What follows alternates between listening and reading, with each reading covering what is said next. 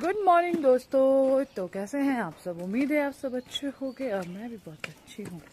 तो स्वागत है आपका मेरे एक नई वीडियो में। तो मैं जा रही हूँ मॉर्निंग वॉक पे। आप लोग जाते हैं स्पोर्ट्स शूज़ पहन के मॉर्निंग वॉक पे, और मैं जाती हूँ, मैं दिखाती हूँ आपको, ऊंचे बूट पहन के, वो भी प्लास्टिक के।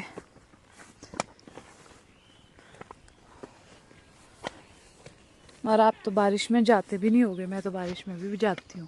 वो भी इतनी लंबी लंबी घास के बीच। तो इतना फ़र्क है आपकी और हमारी मॉर्निंग वॉक में। पूरे वीक जाते हैं तभी तो लंबे लंबे शूज़ पहनने पड़ते हैं।